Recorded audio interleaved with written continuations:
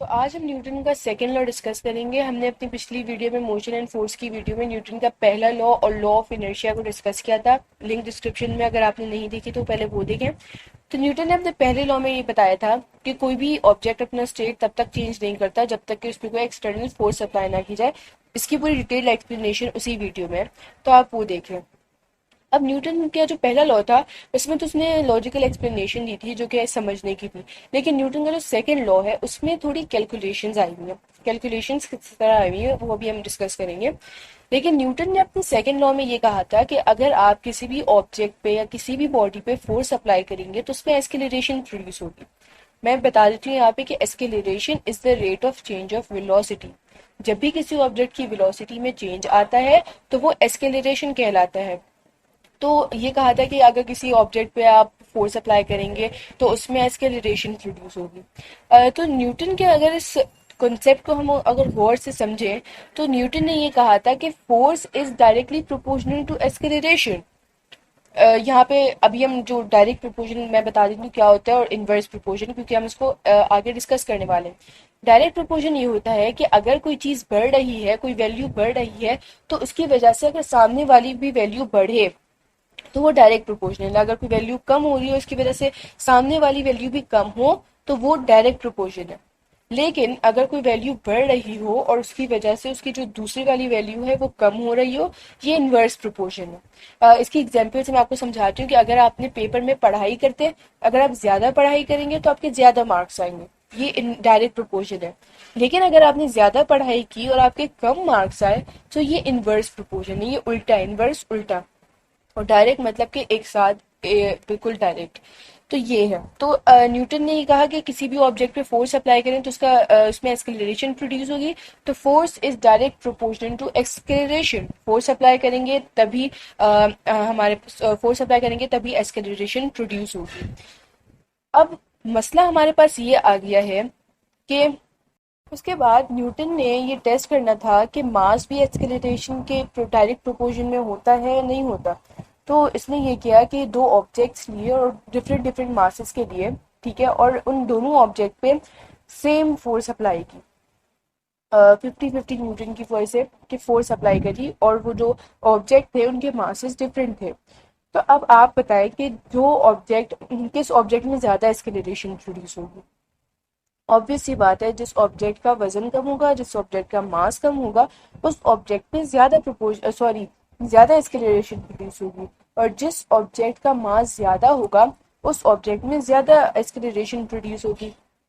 अगर हम इसको देखें तो यहाँ पे डायरेक्ट प्रोपोर्शन हो रहा है या इनडायरेक्ट, इनवर्स प्रोपोर्शन। यहाँ पे इनवर्स प्रोपोर्शन हो रहा है, क्योंकि अगर किसी ऑब्जेक्ट का मास कम हो रहा है तो एक्सेलरेशन बढ़ रही है, और अगर मास बढ़ रहा है तो एक्सेलरेशन कम हो रही है। तो ये यहाँ पे इनवर्स प्रोपोर्शन आ गया। लेकिन हमारे पास अभी मसला ये आ गया है कि प्रोपोर्शनैलिटी का जो हमारे पास साइन होता है वो सेम होता है। अब ये हमें दिमाग लगा के समझना होता है कि कहाँ पे जिक्र हुआ है डायरेक्ट प्रोपोर्शन का और कहाँ पे जिक्र हुआ है इनवर्स प्रोपोर्शन का। इसको समझने की भी एक ट्रिक है। अगर कोई जो प्रोपोर्शनैलिटी के साइन के बाद की जो वैल्यू है उसको आपको गौर से देखना होता है। अगर वो लाइन पर होती है तो वो डायरेक्ट प्रोपोर्शन है। लेकिन अगर जो वैल्यू लाइन के नीचे होती है, मतलब डिवाइड की उसमें आ जाती है लाइन के नीचे, तो वो इनवर्स प्रोपोर्शन कहलाती है।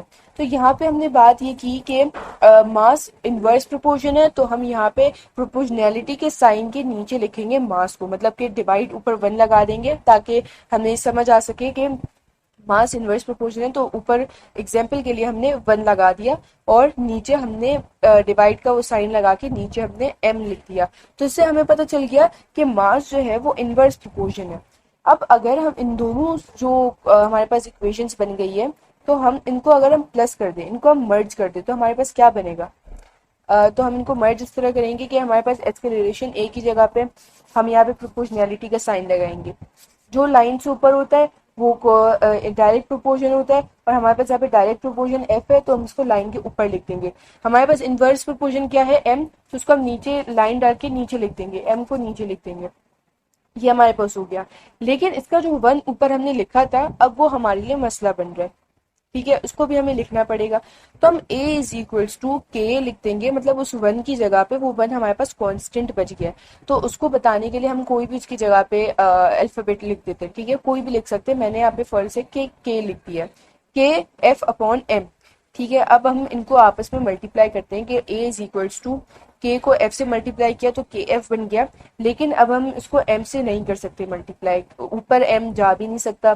तो m यहाँ पे डिवाइड हो रहा है, इज इक्वल्स टू के बाद जाके a से मल्टीप्लाई हो जाएगा। अब अगर हमारे पास हम इक्वेशन को गौर से देखें तो क्या बना, M A is equal to K F. ठीक है, जैसे मैंने आपको बताया कांस्टेंट है, उसकी वैल्यू वन होती है, कि कांस्टेंट की वैल्यू हमारे पास यहाँ पे वन थी, तो के की वैल्यू वन है, तो उसको लिखे ना लिखे वो जरूरी नहीं है, तो हमने के को वहीं पे काट दिया। हमारे पास बच गया M A is equal to F. अब हमने इसको अपोजिट कर दिया, मतलब इसकी जो पोजीशन है उनको चेंज कर दिया, तो F is equals to M A. और यही न्यूटन के सेकंड लॉ था कि force is equals to mass into acceleration.